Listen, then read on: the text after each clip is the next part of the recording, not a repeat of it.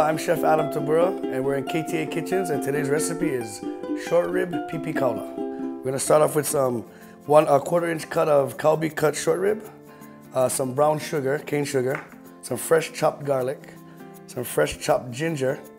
You can use Hawaiian chili pepper. Today we're using some fresh chili paste, some mirin, and some green onion. So we're gonna assemble our Pipikaula. We're gonna start with our garlic first. We're gonna go with our fresh ginger, some of our chili paste. You can use as much as you want. I like it a little spicy.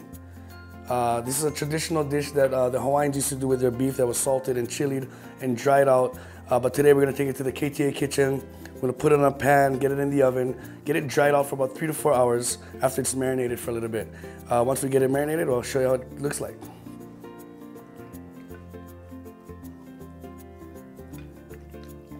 So I mixed the chili and the garlic with it first a little bit. Then I'm gonna put my mirin over it. Mirin is a cooking wine, just a little bit, get it moist.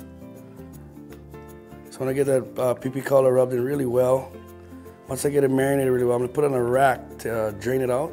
So when I get into the oven, it'll cook evenly without touching the bottom of the pan either. That's why it sits on our oven roasting rack.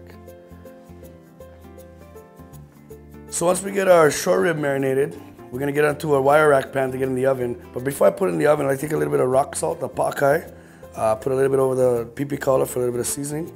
It also kind of shows the garnish once it starts to oven dry. So the theory behind this is to get it dried out, but to cook really slowly.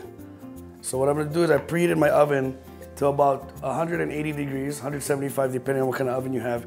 I'm gonna set my ribs in there for about 3 to 4 hours. Halfway through the cooking process or the drying out, I'm gonna flip it over to get the other side evenly dried out. So this is what your end product should look like before it goes in the oven. So once we get our Pipikaula in the oven, it's been air drying at 175 for about 3.5 hours now. We're gonna check on it right now and pull it out.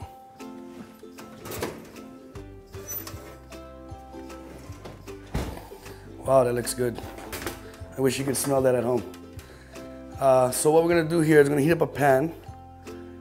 Traditionally, you can actually cool it down, save it for another day, bring it to the beach, barbecue, makes a great appetizer, a great poo-poo.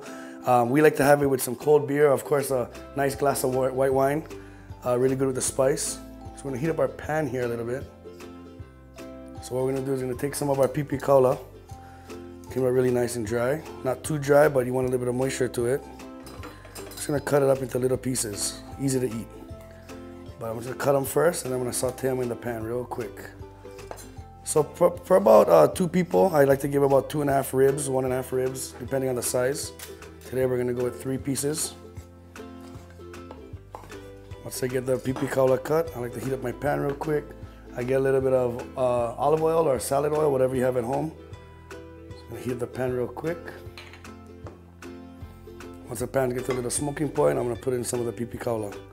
So now that we dried it out, has a nice marinade, a nice texture.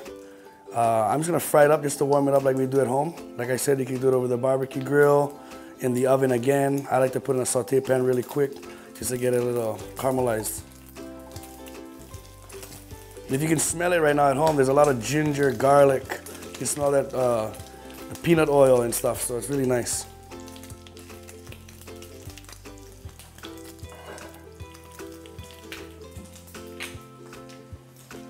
So I'm not gonna cook it real long. All I wanna do is get a little bit of color on it like that. I don't know if you can see that.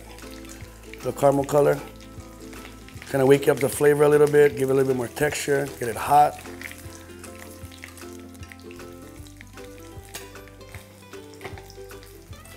I'm gonna take it to the plate. So for presentation, I just put a nice little piece of tea leaf down in the backyard.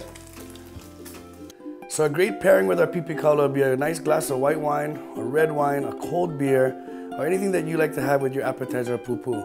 You can get these recipes at KTASuperstores.com/recipes. And my name is Chef Adam Tabura, and mahalo.